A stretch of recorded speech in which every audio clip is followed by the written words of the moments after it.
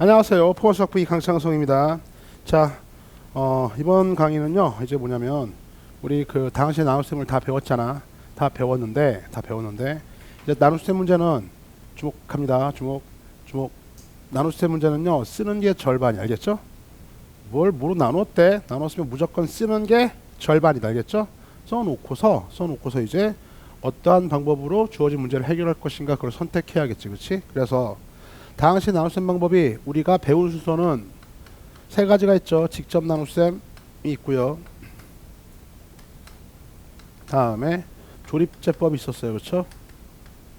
그리고 조금 이따 또 강의하겠지만은요. 조립제법에서 발달된 앞서서 강의할 때도 한두 번 언급은 됐어. 그렇지? 이미 언급은 됐어. 뭐냐면 연속 조립제법, 줄여서 연조립제법이라고 해서요. 조립제법을 좀 잘 활용하는 거죠. 그렇죠? 왜냐하면 조립제법이 1차식으로만 나눌 때 쓸 수 있는 거니까, 그러니까 그러한 형태들을 활용해서 그걸 연속해서 한번 조립제법 해가지고 문제를 좀 수월히 처리할 수 있는 방법이 있지 않나, 뭐 그런 거죠. 그렇죠? 이따 또 추가적으로 강의를 더 합니다. 연속 조립제법이요. 그렇죠? 활용례는. 맨 마지막 나머지 정리, 요렇게 세 가지 나눗셈 방법이 있었잖아. 그렇죠? 1, 2, 3. 근데 공부는 이렇게 했다만 일단 당시 나눗셈 문제가 나오면요, 이렇게 쓰는 거야. fx를요 gx로 나누었더니 몫이 있겠지, 그죠? 그 다음에 나머지가 있을 거라고. 나누어 떨어지거나 나머지가 0이거나 인수분해되거나 그런 상태가 아니라면 나머지가 있겠죠. 그렇죠? 됐어요.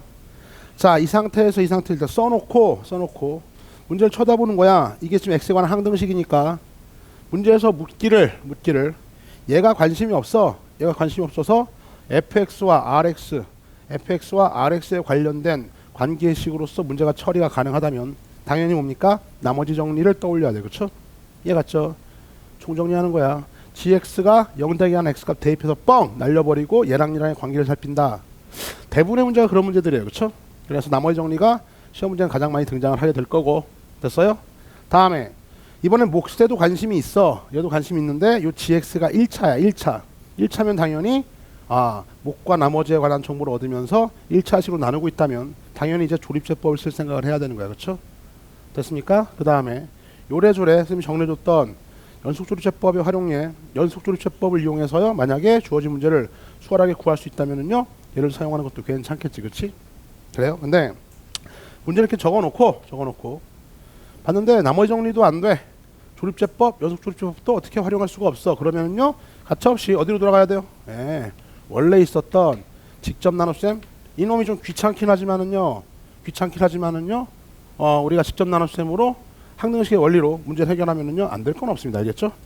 시간이 많이 걸리고 귀찮고 뭐 그래서 그렇지. 그래서 문제를 어떻게 해결한다. 일단 당시 나눗셈 문제 나왔습니다. 쓰세요. 쓴 다음에요, 나머지 정리부터 쓸 수 있는가, 아니면 조립제법이 가능한가, 이것도 아니면 연속조립제법의 활용인가, 이렇게 학습한 게 없어. 그러면 어떻게? 당연히 원래 원류로 돌아가서 직접 나눗셈으로 문제를 풀 생각을 해야 돼. 그렇죠? 그러니까 띵킹, 사고하는 순서는 이렇게 긁어본다고. 알겠죠? 이해갔죠? 좋아. 자, 이제 문제 박스 하나 문제 풀고요. 일단요, 이거 좀 정리를 마무리 짓도록 할게.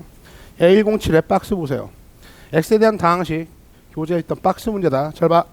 x3승 블라블라를 이걸로 나눌 때 나머지가 이거래. 그때 상수 a100 갖고 와래. 그렇죠? 그래서 일단 쓴다. 쓰는 게 절반이야. 봐요. x의 3승 더하기 얼마입니까? ax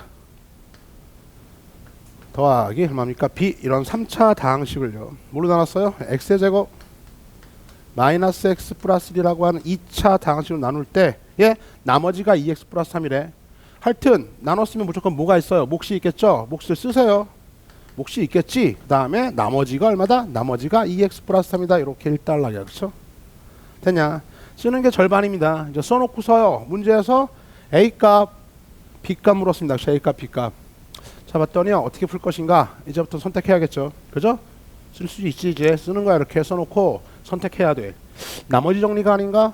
나머지 정리로 풀라고 했더니 여기 a, b 있으니까 나머지 정리 같아. 그래서 나머지 정리 쓰려면 주목한다.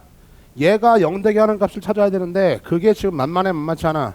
별로 만만치가 않아. 물론 이거 근해 공식을 써서 얘가 0 되게 하는 값 구하면은요, 허근 나와요. 알겠어요? 허근 나온다. 아직 수도 안 배웠죠. 하여간에 이거 영대기 하는 값 그네모 쓰면은요 허근이 나와서 그 허근을요 뾰롱뾰롱뾰롱 0뻥 뾰롱 집어넣고요 막 써도 풀리긴 풀립니다. 그쵸? 상당히 괴롭다고 알겠냐? 괴롭다. 왜? 이게 영대기 하는 값이 간단하지가 않잖아. 그래요? 따라서 나머지 정리는 일단 패스. 조립제법 쓸 수 없는 상태죠. 왜요? 이거 2차식이잖아. 그쵸? 조립제법은 얘가 1차일 때만 쓸 수 있는 거야. 나누는 놈이 1차일 때만. 따라서 조립제법도 아니야. 연속 조립제법도 배운 바 없어. 그쵸? 그러니까 이 문제는 어떻게 푸는 거야? 직접 나눗셈으로 푸는 거야. 그쵸? 그래서 학생들이 맨날 나머지 정리만 주구장창 공부하다가요 이런 거 나오면 띠롱띠롱 거린단 말이죠. 그치? 왜?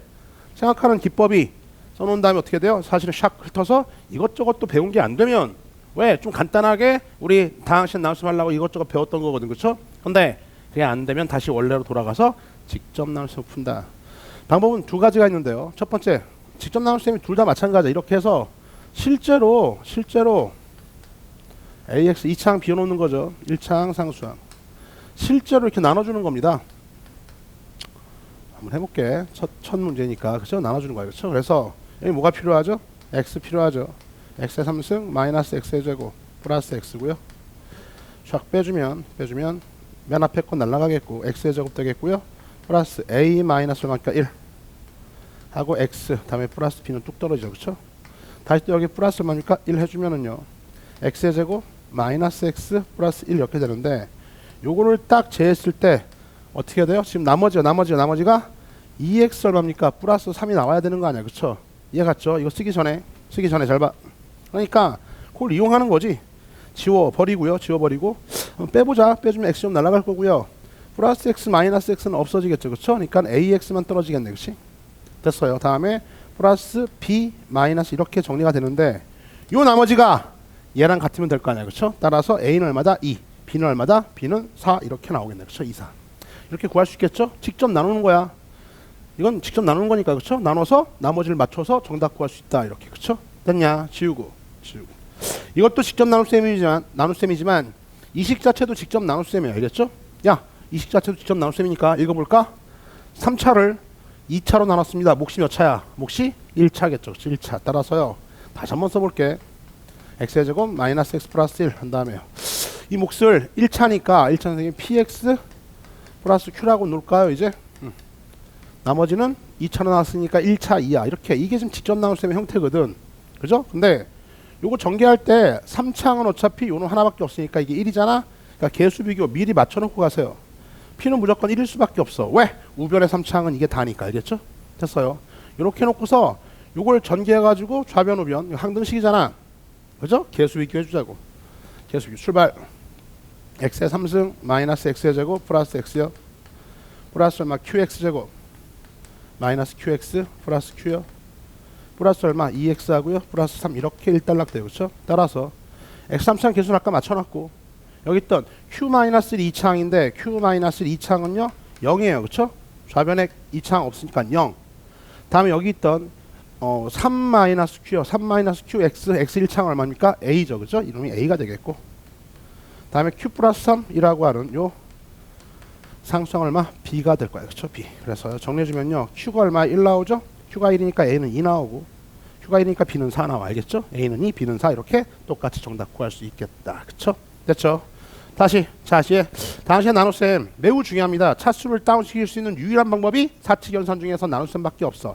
차수를 다운할 수 있는 유일한 방법이 나눗셈밖에 없다고. 그래서 여러 가지 이렇게 방법들을 학습해 왔는데 이제 학습이 되어 있는 것들 일단 써놓고 당시에 나눗셈 문제 나왔어. 써놓고 학습이 되어 있는 것들은 아래서부터 차시가 풀면 되겠고 좀 더 수월하게 됐습니까? 그 다음에 이런 것들 활용이 힘들어. 막 목도 묶고 막 그래. 그 다음에 나누는 놈 1차도 아니고 막 이러면 어떻게 해요? 직접 나눗셈으로 돌아가서 정말 직접 나누든지 아니면 이 형태 자체가 지금 직접 나눗셈이니까 몫을 설정한 다음에 전개해서 개수 비교하든지. 됐어요? 이것도 직접 나눗셈이야. 자, 방식 나눗셈 풀이법 어떻게? 써놓고 아래서부터 올라가면서 스캔해 나간다. 어떤 방법을 선택할 것인가에 대한 선택은요, 여러분들이요 꼭 확정 짓고 문제 풀어야 되는 거야. 자, 이번 강의는 여기까지입니다.